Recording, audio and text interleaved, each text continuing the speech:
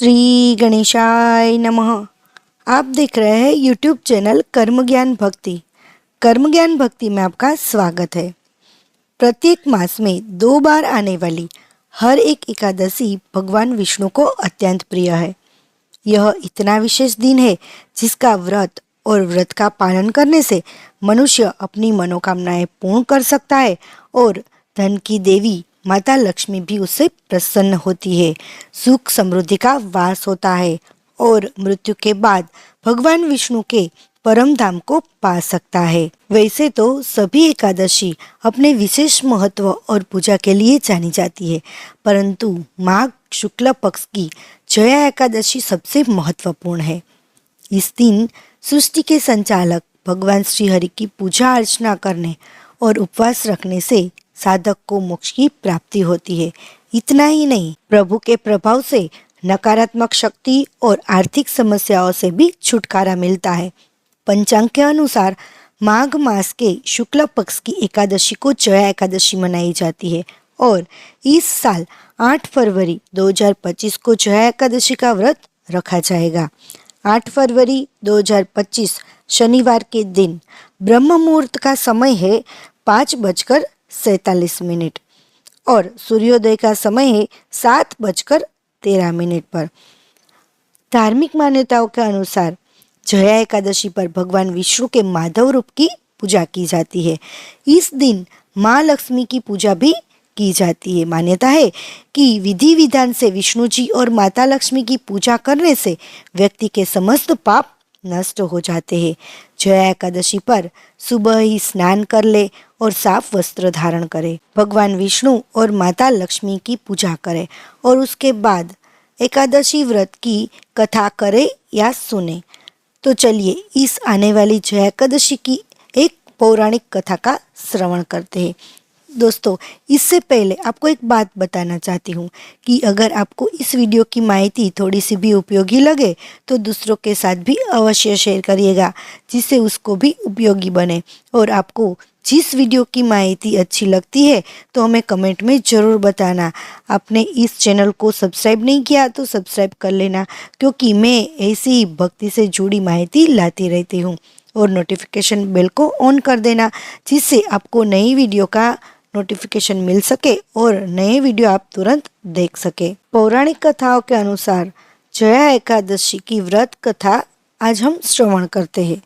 धर्मराज युधिष्ठिर श्री कृष्ण को कहते हैं कि आपने माघ के कृष्ण पक्ष की षटलिता एकादशी का अत्यंत सुंदर वर्णन किया।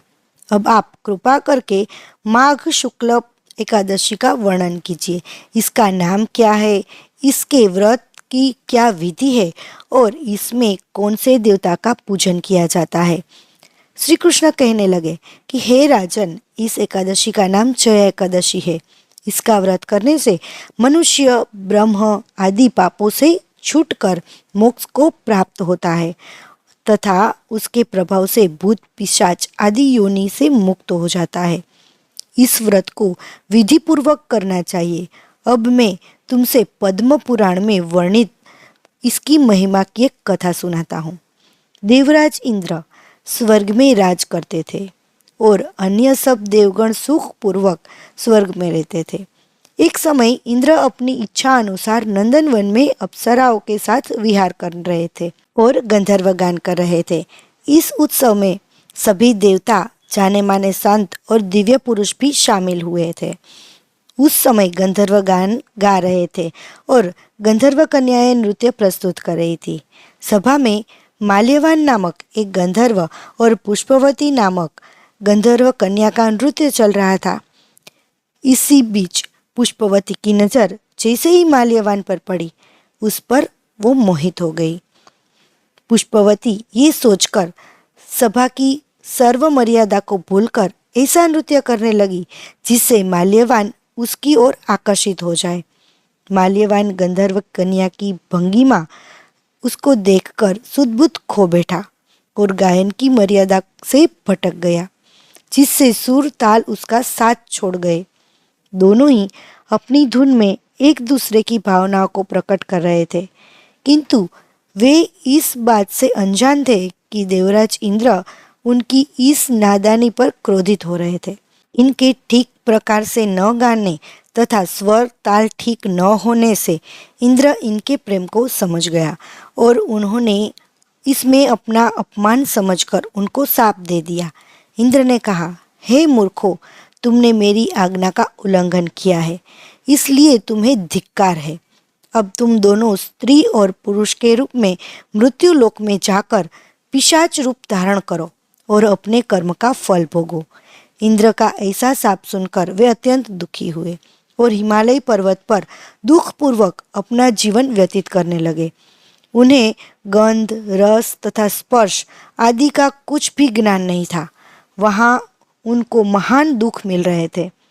उन्हें एक क्षण के लिए भी निंद्रा नहीं आती थी। उस जगह अत्यंत ठंडी थी, जिससे उनके रोंगटे खड़े हो रहते थे और शीत के मारे दांत बजते रहते थे। एक दिन पिशाच ने अपनी स्त्री से कहा कि पिछले जन्म में हमने ऐसे कौन से पाप किए थे जिससे हमको यह दुखदायी पिशाच योनि प्राप्त हुई। इस पिशाच योनि से तो नरक के दुख सहना ही ज़्यादा उत्तम है। अतः हमें अब किसी प्रकार का पाप नहीं करना चाहिए। इस प्रकार विचार करते हुए वे अपने दिन व्यतीत कर रहे थे। देव्य योग से तभी माघ मास में शुक्ल पक्ष की जया नामक एकादशी आई।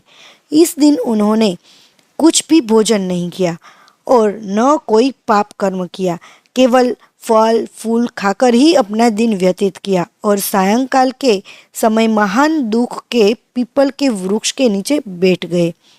उस समय सूर्य भगवान अस्त हो रहे थे। उस रात को अत्यंत ठंड थी। इस कारण वे दोनों शीत के मारी अति दुखी होकर मृत्यु के समान आपस में चिपटे हुए पड़े रहे। उस रात्रि को उनको निंद्रा भी नहीं आई। हे राजन, जया एकादशी के व्रत और उपवास और रात्रि के जागरण के दूसरे दिन प्रभात होते ही उसकी पिशाच योनि छूट गई। अत्यंत सुंदर गंधर्व और अप्सरा की देह धारण कर सुंदर वस्त्र आभूषण में अलंकृत होकर उन्होंने स्वर्ग लोक को प्रस्थान किया। उस समय आकाश में देवता उनकी स्तुति करने लगे, पुष्प वर्षा करने लगे। स्वर्गलोक में जाकर इन दोनों ने देवराज इंद्र को प्रणाम किया। इंद्र उनको पहले रूप में देखकर अत्यंत आश्चर्यचकित हुआ और पूछने लगा कि तुमने अपनी पिशाच योनि से किस तरह छुटकारा पाया, सो सब बताओ मुझे। माल्यवान बोले कि हे इंद्रदेव, भगवान विष्णु की कृपा और जया एकादशी के व्रत के प्रभाव से ही हमारी पिशाच योनि छूट गई। तब इंद्र बोले कि हे माल्यवान, भगवान की कृपा और एकादशी का व्रत करने से न केवल तुम्हारी पिशाच योनि छूटी, अपितु हम लोगों के भी वंदनीय हो गए, क्योंकि विष्णु और शिव के भक्त हम लोगों के वंदनीय है। अतः आप धन्य है। अब आप पुष्पवती के साथ जाकर विहार करो। श्री कृष्ण कहने लगे कि हे राजा युधिष्ठिर, इस जया एकादशी के व्रत से बुरी योनि छूट जाती है। जिस मनुष्य ने इस एकादशी का व्रत किया है उसने मानो सब यज्ञ, जप, तप, दान आदि कर लिए। जो मनुष्य जया एकादशी का व्रत करते हैं वे अवश्य ही 1000 वर्ष तक स्वर्ग में वास करते हैं। जैसे ही इस गंधर्व को जया एकादशी का फल मिला, वैसे ही इस व्रत कथा को सुनने वाले सभी को इसका फल अवश्य मिले। तो अगर आपने इस कथा को सुनी है तो दूसरों को शेयर करके उसको भी सुनाइए, ताकि इसको भी जया एकादशी व्रत का ऐसा ही फल प्राप्त हो। यहाँ तक सुनने के लिए धन्यवाद। नए वीडियो के साथ फिर मिलेंगे, तब तक जय श्री कृष्ण। और हाँ, नया वीडियो तुरंत सुनने के लिए सब्सक्राइब करना आवश्यक है। तो सब्सक्राइब अभी तक नहीं किया है तो सब्सक्राइब कर लेना और नोटिफिकेशन बेल को ऑन कर लेना, ताकि नया वीडियो आप तुरंत देख सके। यहाँ तक सुनने के लिए धन्यवाद। जय श्री कृष्ण।